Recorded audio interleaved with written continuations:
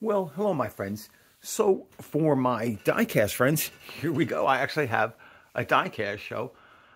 For my tracks friends, I'll do one. I'll do a video on the tracks soon. Maybe tomorrow. It's at least sunny, but it was cold today. It was 29 when I got up, and it's even today at noon. It was only like 35. Oh, so don't want to be standing outside with the car, but.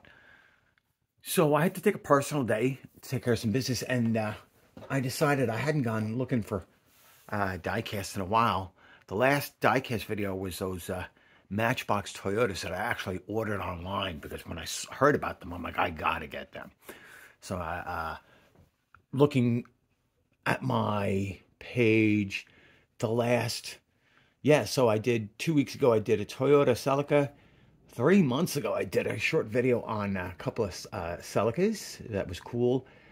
So, yeah, I'm 5 months ago, Johnny Lightning. So, yeah, I owe my Diecast fans a bit of an update. So, I had said, even to my friend David at Twice Diecast Media Network, David is my friend. I don't know Chuck from Flying Valiant. I know a lot of people know him, and I respect him. But David, I know. And then there's also Mark Dotson, man, the guy from the West Coast, who's a good friend of both Chuck and David. You know, those guys over at Diecast Media Network. Hopefully taking this whole hobby to the next level. That's fantastic, you know. Anyway. So I had said to him recently, I said, yeah, I'm really, stopping collecting. I have a lot of other stuff, travel, family events this year, and I haven't really been collecting. But, so I went into Walmart, and I really didn't expect to find much. And in no particular order, let's see. So I found, this was something hysterical. The, the Adventure Force, which is the Maisto, which is, which is Walmart's captive brand, it's a captive import sort of, like Vizio TVs. Maisto, I think, makes these for Walmart, and this is not my normal type of model, but, this reminded me of the original Hot Wheels from, the late 60s, 69. I mean, it's not a real authentic Spectra Flame paint job, and those aren't red line tires. This is obviously an inexpensive, but in the spirit of, with that type of paint job and with that 32 Ford chop top, that's a 32 Victoria to my mind.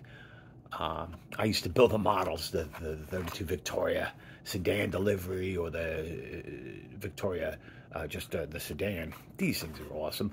This is just a goofy little thing, and I got this because I've always said that these older style cars aren't my thing. I don't really go for much before the 50s. And then, of course, to disprove that very statement, I ended up buying this very cool 32 Ford Roadster from M2. And I will do a future video on these. I'm not going to take these apart today, but this thing is, again, I built models of these. I built so many models. It's ridiculous. I'm sure many of us did, especially of my generation. So that Maisto was the first one, or the Adventure Force, and then I was really surprised. Let's see. Okay, so this.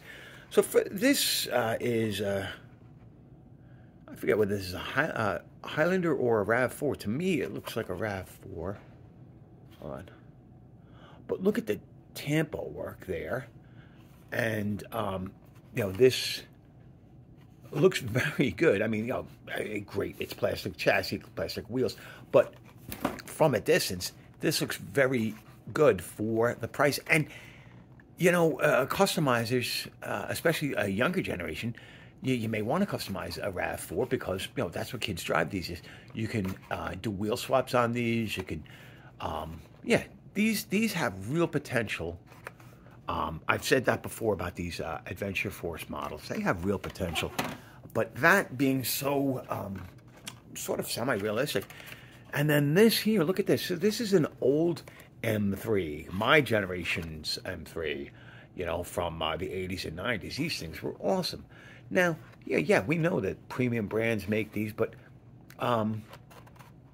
again, this is a great opportunity. These wheels look all right, but you know, you could get some, like if you look at some of the work that David Johns has done custom-wise, or so many of our friends, you know, you can get some aftermarket rims. You can do all the detail painting on this, but even if you don't, you've got your really great taillight, headlight, grill, tampo work that you can just, and that is a really good opportunity for a custom.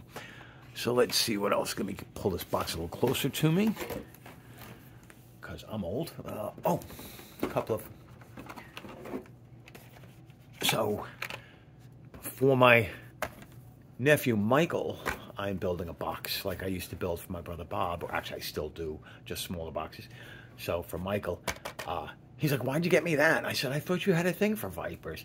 And the F-150 Lightning Custom, you know, I got Bobby one, I got me one, I got Michael one.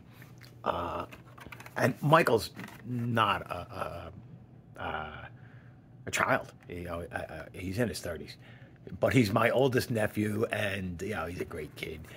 So, one of the passing gases, I have to find, I'm going to hold this, I have a special edition of the Passing Gasser that was given to me by a dear friend who passed away in the diecast community, Sol's Diecast Odyssey, for those of us who remember him. You know, when we would do gift boxes to each other. And he gave me a special one of these. It was only available in Europe, and it was gold, and it has the race tree and everything. I have it in the package. And so one day I'll make another video with that. I'm just surprised I'm making videos at all, honestly. So now I got 3 of these Matchbox moving parts editions. And I didn't really think I'd get into these things, and I think some people will be surprised by my choices here, but I'm going to start off with actually my number 1 choice, which is going to be a big surprise for some people, is this. It is the Chevy Tahoe. You know, normally a casting that I would think is kind of boring, but the level of detail that Mattel has been doing in the Matchbox, and especially the moving parts section, has been impressive. So I want to see, and quite frankly, as much of a Ford guy as I am, I mean, I currently drive a new Chevy. I have owned Chevys before, and I rented a couple of these Tahoes over the years. And what surprised me about them is, for a big, you know, V8 full-size truck SUV, you know, they drive more like a smaller vehicle. I'm not saying they're sporty. Don't get nuts. But it's not like the old full-size trucks years ago. It's much more livable. So maybe that's just my age speaking the truth. So I love these new, because you can put them back in here and you push from the back like that. And wow. Now, opening hood, barely opens for, and what do you got in there? Some plastic with some silver paint. But the hood closes nicely, a little shalina. You know, is it worth it? But, yeah, it is. I like the bow tie and the headlights. The tamper work out back here is really nice. And, you know, I have a bunch of friends that have these, and they're always black. So when I saw this in red, I'm like, oh, yeah, I'm getting that. Because it's a similar red to the actual car I drive. My Chevy is a crimson red. So that is awesome. And since I'm not a package collector, I don't mind opening this up. I'm not going to open up everything today, but that one warranted opening. And just real quick, I'll show you again. That RAV4 shouldn't be as big as that Tahoe. So I'm sure that, you know, this will be close to 164. This is going to be probably like 160 or 158. I don't know. No, 170 or something. Yeah, different. It's going to be small. Oh, here is one from my childhood. So again, you know, here, the Ford guy, this one I got because I apparently have an Audi RS6 Avant collection. I have the Mini GT version, and I have that Chinese brand. So I'm not going to open this up today. What opens on this is the lift gate, which is the way it should be. Generic 5-star wheels. Yeah, I'm sure this is going to be a hoot. I mean, you know, most people, I guess, having a German car fetish seems normal. Now, this one, which was a Matchbox when I was a kid, now this one has an opening hood. So this is a 1973 BMW CSL 3.0, the 3-liter 6. This Sport Coupe, Sport Coupe, or a Sport Saloon, I guess. These things were awesome when I was a kid. This is what actually, this in the 2002, in my opinion, these were the first great BMWs that we saw in the United States. And then you go back, and of course my favorite is the 507. Yeah. And then of course later the Z8. So this should be very cool. I'm going to quickly open this off camera. So I don't want to mess up the package because I want to tape it back closed there. I know I opened up the Chevy without any qualms, but so this is, this is a combination of, this is a cool model and it's a bit of a nostalgia piece. The original wasn't a moving parts vehicle, but I had, and I think it might have been orange. Actually, I don't think it was a 73. I think it was a newer model. Because I think the original casting that I had years ago, the rear window pillar and glass was different. And of course, there was no tampos like this. Maybe that was it. But this is a, let's see.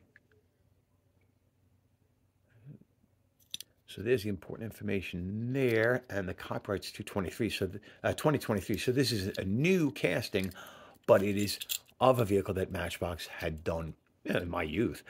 And much like the Toyota the other day, or a couple weeks ago, the hood here is a little reticent to open. I'm going to take the opportunity to see if I have to force it, because I want to see, because this should have that, yeah, you can just barely see that beautiful BMW 6-cylinder. To force it or not. There, you can barely see it there. But this is a sharp model. So, this is on the, so these being around the $2 or $3 range, I think it was $2.69, I'm not sure.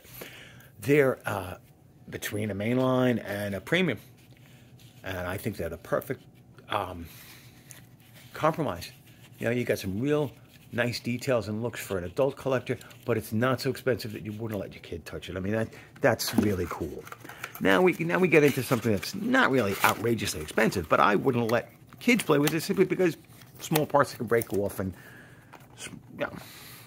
But now we come back to I had M2, so I found two M2 today, and I have not been buying M2 for a while. There is still one M2 two M2s honestly that I really want to get and they're both the Dodge Tradesman series. The fire truck, the LA fire truck number 51, which is like a 1970 or 72 Tradesman, with the fire utility body. That's from the TV show Emergency, in my mind. I want one of them. I have to find one, but my Walmart's on that. I'll end up buying them in a few months online. I'll pay twice what they should have cost, but I want one.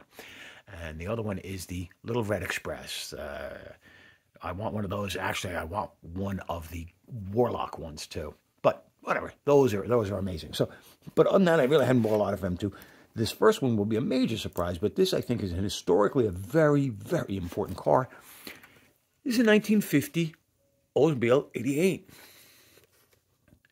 Now, these things are amazing. I mean, they were wonderful, beautiful cars in 1950.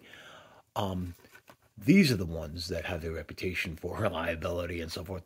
These things are, these are your father's Oldsmobiles. So I'm not going to open this up today, but it is M2. Let's see. I don't know if it has any opening parts. I didn't even actually look. I didn't even care. So I don't know whether it's a driver's series where the hood doesn't open or where the hood does open. You can't go by the seams here. Well, the doors might open, the hood's about open. Maybe I'll do a future video on that. And then again, the Ford guy pulls out another GM. But this one here, this is the 1971 Chevrolet Van Beauville 10. So it's the C10 van, and the Beauville means that it has the passenger seats back there, you know. So and it's got this really cool period two-tone paint job, and again, M2 is known for some very nice details, you know, and some quality problems from time to time. But again, this one I don't expect because no opening doors, no opening hood, no, you know, so there's none of that nonsense that I'm going to run into.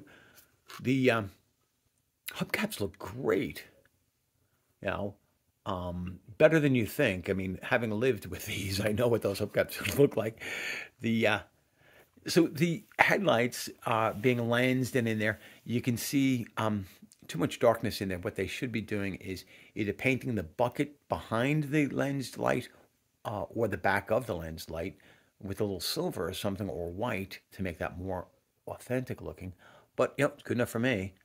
The molded but unpainted windshield wipers on the windshield, being part of the windshield, is kind of cheesy. They should be entirely silver. But again, so I have a Racing Champions Mint GM van of this era that I want to compare this to in a future video. I have not been at my Diecast desk upstairs in a while. One of our cats got very sick, and yeah, this may not sound reasonable to you guys, but to me it is. She took a liking to my diecast desk. Actually, she knocked over my displays and really messed up the place. And so rather than set it back up, because we thought that she was, you know, end of watch, so I gave that room to her for a while, and luckily she's had a complete remission and bounce back. And even though she's 19 years old and deaf, she's just amazing. So, you know, maybe this summer I'll go back up there and refix that. But you know, I've been fixing myself more and enjoying, you know, my new car and enjoying everything. I hope you guys are having a good time. You know, I don't know how often I'll be making any videos, but I'm going to keep on trying doing it. You know, so thanks for watching, and drop a comment down below. And hope you guys, the first day of spring was the other day. We're coming up on nice weather here. Enjoy. Get out there.